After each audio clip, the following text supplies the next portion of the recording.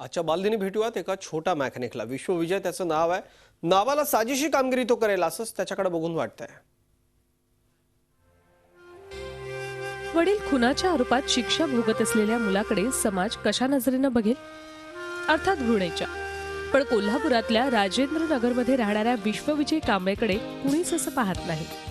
परिसरातल्या सर्वांनाच त्याचं कौतुक वाटतं. त्याला कारणही तसंच आहे. विश्वविजयला आपण छोटा मेकॅनिक म्हणू शकतो, कारण हाती लागलेल्या सर्व भंगाराच्या साहित्यातून आणि त्यानं जमवलेल्या गाड्यांच्या पार्ट्समधून त्यानं गाड्या तयार केल्या. पेट्रोलवर पळणाऱ्या या गाड्या सध्या ओबडधोबड दिसत असल्या तरी विश्वविजयच्या या टॅलेंटकडे दुर्लक्ष करून चालणार नाही.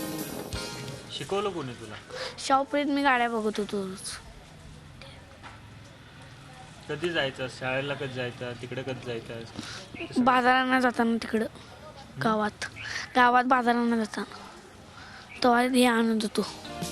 खून, दरोडे, चोऱ्यामाऱ्या करणाऱ्या लोकांच्या वस्तीतच विश्वविजय राहतो. पण त्यांची सावली आपण आपल्या लेकरावर पडू देणार नाही. वडिलांच्या पार्श्वभूमीचा परिणाम त्याच्या आवडीवर आणि करिअरवर होऊ देणार नाही असंही माऊली म्हणते. कुणी आम्हाला म्हणलं नाही पाहिजे पुढं मुलं मोठे झातात भांडणं करतात असं म्हणलं नाही पाहिजे आता आम्हाला. पण म्हणून मी माझ्या मुलांना मालक नसताना मी शिकवायला लागले त्यांना. अभ्यासातही हुशार असणाऱ्या विश्वविजयचं शिक्षकही मनापासून कौतुक करतायत. सायकल बद्दलची उत्सुकता, त्याच्याबद्दलची प्रेरणा, त्याच्याबद्दलचं त्याचं ज्ञान त्याने ज्या पद्धतीनं तयार केलं असेल हे कौशल्यच म्हणावं लागेल. तसं बघितलं तर गोट्याचं वय विश्वविजय, याचं नावच विश्वविजय आहे, हा कुठल्या गोष्टीमध्ये मागे नाही. विश्वविजयने तयार केलेल्या गाड्या जरी ओबडधोबड वाटत असल्या तरी पुढे जाऊन त्याला अँटिक गाड्यांचं लेबल लागलं तर नवल वाटायला नको. विश्वविजय या गाड्यांवर दररोज काही ना काही प्रयोग करत असतो.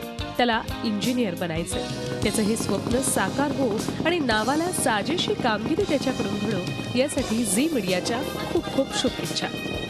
कोल्हापूरहून प्रताप नाईकसह bureau report, Zee media, Mumbai. Zee 24 तास रहा एक पाऊल पुढे.